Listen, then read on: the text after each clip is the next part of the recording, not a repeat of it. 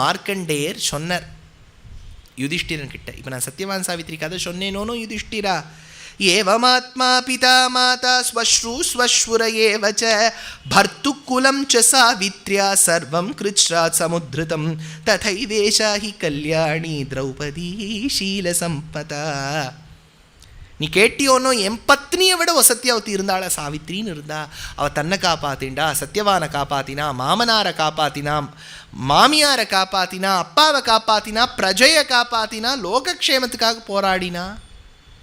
அப்போ திரௌபதி ஒரு மாதிரி முறைக்க ஆரம்பிச்சா மார்க்கண்டேயர், என்ன இப்போ என்ன சொல்ல வரேள் மாற்றின்னு விட்டார். ஹி கல்யாணி திரௌபதி ஷீல சம்பனா. அன்னைக்கு சாவித்ரி எப்படி இருந்தாளோ அந்த நாள் சாவித்ரியா இப்போ இவ இருக்கா, இவ தான் திரௌபதி தான். தாரயிஷ்யதிவ சர்வான் சாவித்ரீவ குலாங்கணா. ஆச்சு, இது ஒரு பக்கம். இப்போ 12 வருஷம் வனவாசம் முடிய போகிறது. அந்த சமயத்தில் பார்த்தேன்னா கர்ணனுக்கும் பெருமாளுக்கும் நடந்த ஒரு பெரிய சம்பாதம். இது சம்பாதம்ங்கிறது பின்னாடி வரும். கர்ணன் என்ன பண்ணியிருக்கான், ஒரு நாள் தூங்கிட்டு இருந்திருக்கான். எல்லாம் இந்த கிருஷ்ணர் பண்ண ஏற்பாடு தான். குந்தியோட போய் அங்கே பேசி ஏதோ பண்ணியிருக்கார். அந்த குந்தியோட பேசின பாகம் உத்தியோக பரவால வந்தாலும் இந்திரன் கிட்ட பேசி ஒரு வேலையை பண்ண வச்சிருக்கார். எல்லாம் கிருஷ்ணர் ப்ரீ பிளானிங் தான், எல்லாம் ப்ரிப்பரேஷன். ரோட் டு 2019 போடுறா பாருங்க, அது முன்னாடியே ப்ரிப்பரேஷன்லாம் நடக்கும் எல்லாத்துக்கும். என்ன அப்படின்னு கேட்டால், கர்ணன் ஒரு முறை படுத்து கொண்டிருந்தான். அவனுக்கு கனவுல சூரிய பகவான் பிரத்யக்ஷமானார். சொன்னார், அப்பா கர்ணா, நீ ரொம்ப வீரன்பா, ஆனால் ஜாகிரதையாக நடந்துக்கோ.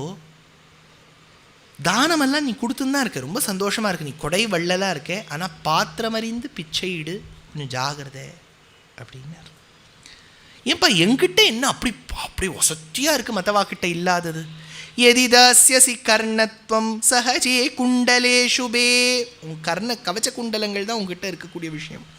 ஆயுஷப் பிரக்ஷயம் கத்வா மிருத்யோர்வசமுமைப்யசி. அதனால பாத்திரம் அறிந்து பிச்சையிடு. தவாரியமேதி பிரதிதேபி சப்தே. அப்போ சொல்கிறான் கர்ணன், உங்களுக்கு அரியமா பகுதாத்தான்னு பேர், எல்லாருக்கும் கொடுத்து கொடுத்து கொடுத்து சூரிய பகவானுக்கு கை நீண்டிருக்கு.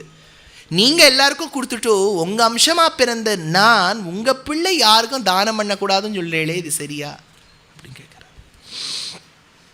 அதனால் சூரியன் சொல்கிறார், இல்லைப்பா தானமும் கொடுக்கலாம், பார்த்து கொடு. ஏன்னா என் தலைவன் இந்திரன் வரப்போகிறான், அவங்ககிட்ட தானம் கேட்டுண்டு ஜாகிரதை. இந்திரன் வரப்போகிறாரா சூரியதேவா, எனக்கு என்ன பாக்கியம். எவன் வீட்டின் முன்னாடி சிந்தாமணி கல் என்கின்ற கல் இடப்பட்டிருக்கோ, எவனுடைய கொல்லப்புறத்தில் கற்பக விருட்சம் இருக்கின்றதோ, எவனுடைய கொட்டாரத்தில் அந்த மாட்டுக்கொட்டாயில் காமதேனுங்கிற பசு இருக்கோ. ஏன்னா சிந்தாமணி கேட்டதை கொடுக்கக்கூடிய கல், கல்பக விருட்சம் கேட்டதை கொடுக்கக்கூடிய தரு விருட்சம், காமதேனுங்கிற பசு கேட்டதை கொடுக்கக்கூடிய பசு, மூணும் ஒரே வீட்டில் இருக்கு. எவன் வீட்டில் இது மூணும் இருக்கோ அவனே என்னை தேடி பிச்சை கேட்டா பிக்ஷை கேட்டா கொடுக்கறது தானேப்பா எனக்கு பெருமை. யத்கோஷ்டி பிரதிஹார பூதலசிலா சிந்தாமணி கல்பக யஸ்யாராமிருதவத்ருமாஸ்ச சுரபி சாஹோமதேனு புனः யாத்ருக்யார்ச்சதி ததுபேத்ய மகவா சம்பூர்ய தத்காமனாம் திரைலோக்கியஸ்தவதான்ய சம்சிது பரீஸ்யாமேஷமே நிச்சய. அப்போது சூரியன் சொன்னார், நீ என்ன சொன்னாலும் கேட்க மாட்டே கர்ணா. ஆனால் ஒன்றும் சரி, அந்த இந்திரன் தப்பி தவறி ஏதாவது கேட்டாலும் திரும்பி நீ ஏதாவது வாங்கிக்கோ. சக்தின்னு ஒரு ஆயுதம் அவன்கிட்ட இருக்கு, வாங்கிக்கோ. அடுத்த நாள் கார்த்தால இந்திரன் ஒரு பிராமண ரூபேண வந்தான். சொல்கிறான், கர்ணா நீ எப்பேற்பட்டவன். எதுக்கு இது சொல்ல வந்தேன், இப்போ நான் சொல்லக்கூடியதெல்லாம் கர்ணபாரம் அப்படின்னு ஒரு நாடகம் உண்டு. பாசருங்கிறவர் எழுதியிருக்கார். ரொம்ப பிராச்சீன காலத்து நாடகத்துக்காரர் அவர். பஞ்ச நாடகங்கள்னு ஒன்று எழுதியிருக்கார். அதில் ஒன்று தான் கர்ணபாரம்னு பேர். பிரதிமா நாடகம்னு ஒன்று எழுதியிருக்கார், அது ராமாயண சம்பந்தம். இங்கே கர்ணபாரம்னு பேர். அந்த கர்ணனை அந்த பிராமணன் புகழனா, போ கர்ண சூரிய இவ சந்திர இவ ஹிமவான் இவ சாகர இவ திஷ்டேது ஏ யசஹ. ஹிமாலய மன்னனுக்கு எது புகழோ, எது சூரியன் உலகத்துக்கே வெளிச்சம் கொடுக்கக்கூடிய சூரியனுக்கு புகழோ, இரவு குளிர்விக்கக்கூடிய சந்திரனுக்கு எது புகழோ அத்தனை புகழும் உன்னிடத்தில் தங்கட்டும். கர்ணன் சொன்னார், எனக்கு ரொம்ப சந்தோஷம். மற்ற ராஜாக்கள் என்ன விழுந்து பணிந்து அவளுடைய கிரீட்டங்கள் என் காலில் இருக்கு. ஆனால் உங்களை மாதிரி வேதம் படித்த பிராமணாள் காலில் இருக்கக்கூடிய பொடி என் தலை மேலே இருக்கு. எப்படி சொல்கிறான் பாருங்கோ. யதக்ருதார்த்த கணநாமஹமத்யலோகே ராஜேந்திர மௌளி மணிரஞ்சித பாத பத்ம விப்ரேந்திர பாத ரஜசாது பவித்ர மௌளிஹி கர்ணோ பவந்தாமஹமேஷ நமஸ்கரோமி. அப்போ கர்ணன் சொல்கிறான், நான் உங்களுக்கு கிட்டத்தட்ட ஒரு 1000 பசுக்களை கொடுக்குறேன் தானமா. எப்பேற்பட்ட பசுக்கள் தெரியுமோ?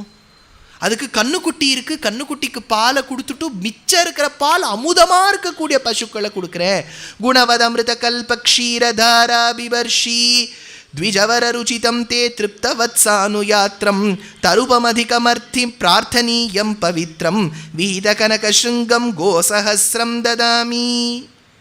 போரலியா, பத்தலியா, 1000 அஸ்வங்கள், ஒன்னொன்னு எப்பேற்பட்ட அஸ்வம்னா மனோவேகம் வாயு வேகம்னு ஓடக்கூடிய அஸ்வங்களை கொடுக்குறேன்.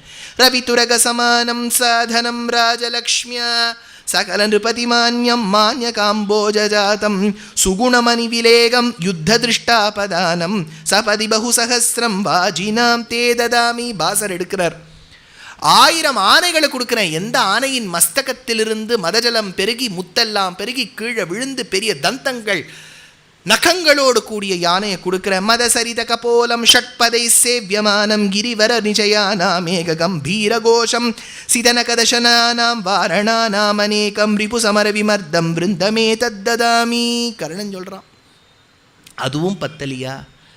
எது நான் பிறந்தத்திலேருந்து என்னை பிரியாமல் இருக்கோ அந்த கவச்சத்தையும் குண்டலத்தையும் உங்களுக்கு தரேன்.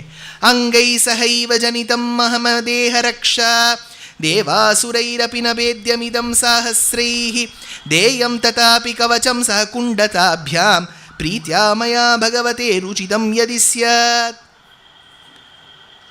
அப்போ வந்த பிராமணன் சொன்னான், மற்றதெல்லாம் விட்டுவிடு, இந்த கடைசியாக சொன்னதை கொடுத்துரு அப்படின்னு.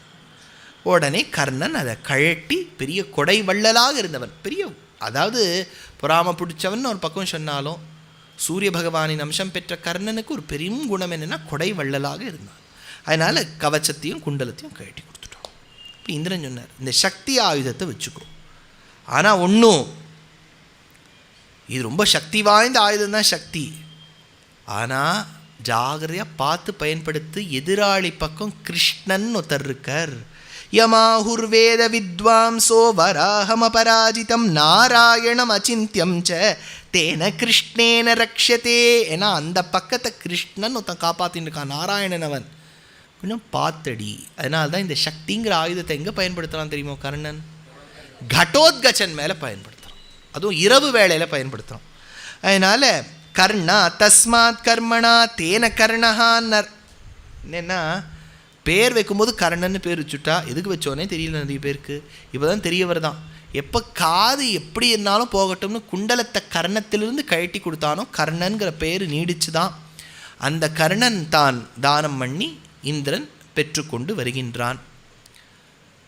கடைசியில் இந்த பரவாயில்ல, இவா அந்த வனத்தை விட்டு கிளம்பலாம் நினைக்கும் போது ஒரு நாள் ஒரு மான் மரத்தில் போய் தன்னை சொரிஞ்சுக்கிறது. சொரிஞ்சுண்ட உடனே அதில் அரணிக்கட்டை ஒன்று வச்சுருக்கு, அது கொம்பில் போய் மாட்டின்றது. பிராமணன் ஐயோ கட்டை போச்சா கட்டை போச்சா கட்டை போச்சான்னு ஓடிட்டு இருக்கான். ஆமாம், யுதிஷ்டனை பார்த்தா ஐயோ கட்டையை மீட்டு கொடுங்க சாமி, கட்டையை மீட்டு கொடுங்க அப்படின்னா. உடனே இந்த யுதிஷ்டன் தம்பிகாள் நீங்கள் போய் தேடுங்கண்ணா. எல்லாம் ஓடு குடுன்னு ஓடுறா. மானம் எங்கே போச்சுன்னு தெரியல, பிராமணன் எங்கே போனாலும் தெரியல. ஓடி ஓடி அவளுக்கு ஜலம் பெருக்க ஒரே தாகம் வந்துடுத்து. உடனே கொஞ்சம் ஜலம் போய் எடுத்துன்னு வரணும். உடனே சகதேவன் பார்த்தா, நான் போய் எடுத்துன்னு வரேன்னா.